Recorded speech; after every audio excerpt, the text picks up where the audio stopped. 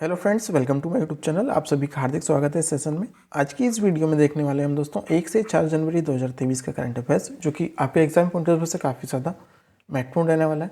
तो वीडियो को पूरा कंप्लीट जरूर देखिएगा। वीडियो पसंद आए तो लाइक करिएगा, शेयर कर दीजिएगा अपने सभी दोस्तों के साथ। और जिन बच्चों ने अभी तक चैनल को सब्सक्राइब नहीं किया है, वह चैनल को सब्सक्राइब कर लीजिए ताकि आने वाली लेटेस्ट वीडियोज़ की नोटिफिकेशन आपको मिलती रहे।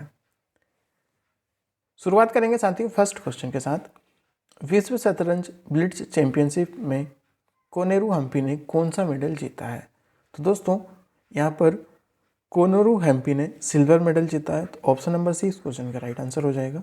विश्व शतरंज ब्लिट्ज चैंपियनशिप में कोनेरू हम्पी ने सिल्वर मेडल जीता है, ये आपको याद रखना है। ठीक है।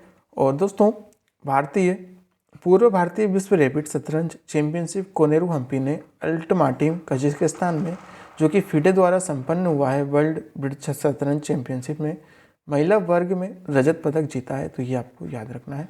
तो ऑप्शन नंबर सी इस क्वेश्चन का राइट आंसर हो जाएगा। ये आपको याद रखना है। ये है कोनेरू हम्पी। ठीक है। विश्व रैपिड शतरंज चैंपियनशिप 2022 की हम बात कर लेते हैं। तो दोस्तों रैपिड वर्ग में पुरुषों का खिताब विश्व नंबर 1 खिलाड़ी नॉर्वे के मैग्नस कार्लसन ने जीता है। तो ये आपको याद रखना है। महिलाओं का जो खिताब है दोस्तों, वह चीनी ग्रैंड मास्टर टेन जोंग्यो ने जीता है। तो ये भी आपको याद रखना है। भारत की सविता श्री ने विश्व रैपिड वर्ग में कांस्य पदक जीता है। ये आपको याद रखना है। ये आपको याद रखना है। ठीक है, क्योंकि मोस्ट इंपॉर्टेंट है, इंडिया का है, तो हो सकता है आपसे पूछा जा सके। आगे बढ़ेंगे इसी के साथ। फिडे की बात हुई है, तो फिडे जो कि इंटरनेशनल चेस फेडरेशन है, जिसकी स्थापना 20 जुलाई 1924 को फ्रांस में स्थापित की गई थी। ठीक है। ये एक अंतर्राष्ट्रीय निकाय है जो कि विश्व शतरंज चैंपियनशिप को नियंत्रित करता है। इसके अध्यक्ष हैं आरकेडी डोरकोविच, उपाध्यक्ष है विश्वनाथ आनंद, मुख्यालय इसका लूसान स्विट्जरलैंड में है। तो ये सभी पॉइंट्स आपको याद रखने हैं। ठीक है, चूँकि ये फिडे के बारे में काफ़ी ज़्यादा महत्वपूर्ण है। आगे बढ़ेंगे। भारत की पहली अंडर वाटर मेट्रो किस शहर में चालू की जाएगी? तो दोस्तों जो भारत की पहली अंडर वाटर मेट्रो है, वह कोलकाता में चालू की जाएगी। तो ऑप्शन नंबर सी इस क्वेश्चन का राइट आंसर हो जाएगा। ठीक है, जो कि अंडर वाटर मेट्रो किस तरीके से चलती है, पानी के अंदर ये इस तरीके से दिखाई देगी, जिस तरीके से आप देख सकते हैं यहाँ पर पानी के अंदर ये मेट्रो चलाई जाएगी। तो आपको ये याद रखना है।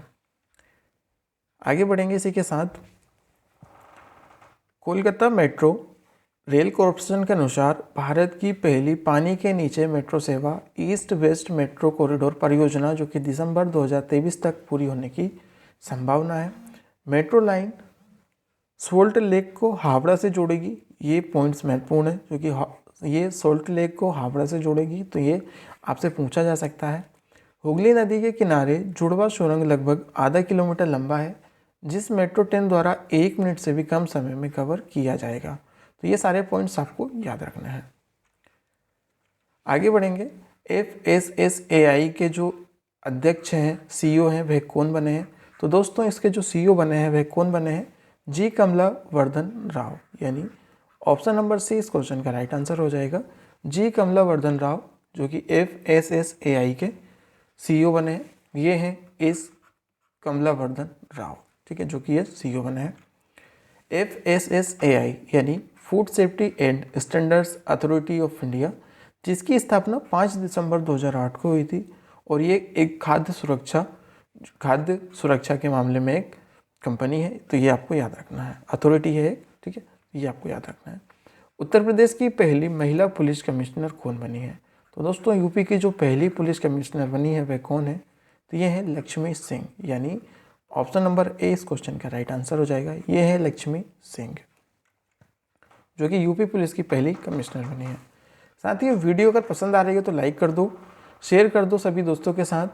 चैनल को सब्सक्राइब जिन बच्चों ने नहीं किया है, चैनल को सब्सक्राइब कर पास वाले बेल आइकन को जरूर ऑन कर लो, ताकि आने वाली लेटेस्ट वीडियोस की नोटिफिकेशन आप सभी साथियों को मिल सके। हाल ही में बॉम्बे स्टॉक एक्सचेंज ने किसे MD और CEO के रूप में नियुक्त किया है? तो जो बॉम्बे स्टॉक एक्सचेंज है यानी BSE के जो MD और CEO बने हैं वह कौन है? तो सुंदरबन राम मूर्ति। ठीक है, तो ऑप्शन नंबर डी इस क्वेश्चन का राइट आंसर हो जाएगा। सुंदरमन राममूर्ति जो कि बॉम्बे स्टॉक एक्सचेंज के नए एमडी और सीईओ बने हैं। तो बात हुई है बॉम्बे स्टॉक एक्सचेंज की यानी BSE की, तो इसकी स्थापना साथियों कब हुई थी? 1 जनवरी 1986 को मुंबई में इसका मुख्यालय स्थित है और BSE का फुल फॉर्म है बॉम्बे स्टॉक एक्सचेंज। ठीक है, ये आपको याद रखना है, जो कि भारतीय शेयर बाजार को ये नियंत्रित करता है। आगे बढ़ेंगे। हाल ही में तेलंगाना पुलिस महानिदेशक के रूप में किसने पदभार ग्रहण किया है? तो दोस्तों, तेलंगाना पुलिस महानिदेशक के रूप में किसने पदभार ग्रहण किया है? अंजनी कुमार ने, यानी ऑप्शन नंबर डी इस क्वेश्चन का राइट आंसर हो जाएगा। अंजनी कुमार ने दोस्तों तेलंगाना पुलिस महानिदेशक के रूप में अपना पदभार ग्रहण किया है। तो इस क्वेश्चन का right answer option number D हो जाएगा। आगे बढ़ेंगे इसी के साथ। हाल ही में किसे 2022 के लिए एकलव्य पुरस्कार से सम्मानित किया गया है? तो दोस्तों, जो एकलव्य पुरस्कार से सम्मानित किया गया है, ये किसको किया गया है? पंकज अडवाणी को, यानी ऑप्शन नंबर बी इस क्वेश्चन का राइट आंसर हो जाएगा। पंकज अडवाणी को साथियों जो कि एकलव्य पुरस्कार से सम्मानित किया गया है। और कुछ इंपॉर्टेंट पुरस्कार देख लेते हैं। राइजिंग ऑफ द ईयर पुरस्कार के लिए अंतिम पंचाल को सम्मानित किया गया है, नामित किया गया है। अवनी लेखरा को जो कि para sports person of the year चुना गया है। गांधी मंडेला पुरस्कार से दलाई लामा को सम्मानित किया गया है। तो ये पुरस्कार भी आपको मोस्ट इंपॉर्टेंट है, याद रखना जरूरी है। आगे बढ़ेंगे। हाल ही में लुइस इनसियो लूला डी सिल्वा ने किस देश के राष्ट्रपति के रूप में शपथ ली है? तो ये है ब्राज़ील के। ठीक है, तो दोस्तों लुइस इनसियो लूला डा सिल्वा ने जो कि राष्ट्रपति बने हैं ब्राज़ील के। तो ऑप्शन नंबर ए इस क्वेश्चन का राइट आंसर हो जाएगा। ठीक है, आगे बढ़ेंगे इसी के साथ। हाल ही में किसने भारतीय सेना की पश्चिमी कमान संभाली है? तो दोस्तों, जो इंडियन एयरफोर्स है उसकी पश्चिमी कमान किसने संभाली है? पंकज मोहन, यानी ऑप्शन नंबर बी इस क्वेश्चन का राइट आंसर हो जाएगा। पंकज मोहन ने यहाँ की कमान संभाली है, कहाँ की? पश्चिमी कमान। ठीक है, ये आपको याद रखना है। मुख्यालय की बात की जाए दोस्तों, इंडियन एयरफोर्स की बात हुई है यहाँ पर। तो इंडियन एयरफोर्स का जो मुख्यालय है वह कहाँ पर है? तो ये नई दिल्ली में है। 8 अक्टूबर 1932 को इसकी स्थापना की गई थी। और यहाँ के जो एयर मार्शल हैं वह कौन है? विवेक राम चौधरी। तो ये सभी पॉइंट्स आपको याद रखने जरूरी हैं। हाल ही में केंद्र सरकार ने कहाँ कलासा बंडूरी परियोजना को मंजूरी दी है? तो ये कलासा बंडूरी परियोजना कहाँ पर स्थापित की गई है? कर्नाटक में। तो ऑप्शन नंबर ए इस क्वेश्चन का राइट आंसर हो जाएगा, कर्नाटक। ठीक है, कर्नाटक में इस परियोजना को मंजूरी दी गई है। यहाँ के जो मुख्यमंत्री है वह बसवराज बोम्मई। थावरचंद गहलोत जो कि राज्यपाल है कर्नाटक के। हाल ही में अजय कुमार श्रीवास्तव को किस बैंक का एमडी और सीईओ नियुक्त किया गया है? तो दोस्तों, एमडी और सीईओ नियुक्त किया गया है इंडियन ओवरसीज बैंक का, यानी ऑप्शन नंबर बी इस क्वेश्चन का राइट आंसर हो जाएगा, जो कि अजय कुमार श्रीवास्तव इसके एमडी और सीईओ बने हैं। इसका मुख्यालय साथियों चेन्नई में है और इसकी जो स्थापना की गई थी वह कब की गई थी? 10 फरवरी 1937 को। तो ये भी आपको याद रखना है। ठीक है, आगे बढ़ेंगे इसी के साथ। हाल ही में किस राज्य सरकार ने नीलगिरी तहल परियोजना का संचालन किया है? तो ये नीलगिरी तहल परियोजना कहाँ पर की गई है? ये की गई है तमिलनाडु में। ठीक है, तमिलनाडु में जो कि इस परियोजना की शुरुआत की गई है, ये आपको याद रखना है। काफ़ी ज़्यादा इम्पोर्टेंट परियोजना है। ठीक है, तो ये आपको याद रखना ज़रूरी है। और यहाँ के जो मुख्यमंत्री हैं उन्होंने इसकी शुरुआत की है MK स्टालिन। ठीक है, MK स्टालिन जो कि यहाँ के मुख्यमंत्री हैं उन्होंने इसकी शुरुआत की है, ये आपको याद रखना है। हाल ही में प्रधानमंत्री नरेंद्र मोदी ने किस राज्य में राष्ट्रीय स्मारक घोषित किया है?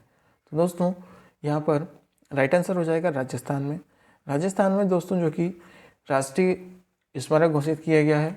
ठीक है, उद्देश्य था इसका 1913 में ब्रिटिश सेना द्वारा मारे गए लगभग 1500 आदिवासियों के लिए एक स्मारक धाम गुजरात राजस्थान सीमा पर स्थित है, जो एक बड़ी आदिवासी आबादी वाला क्षेत्र है।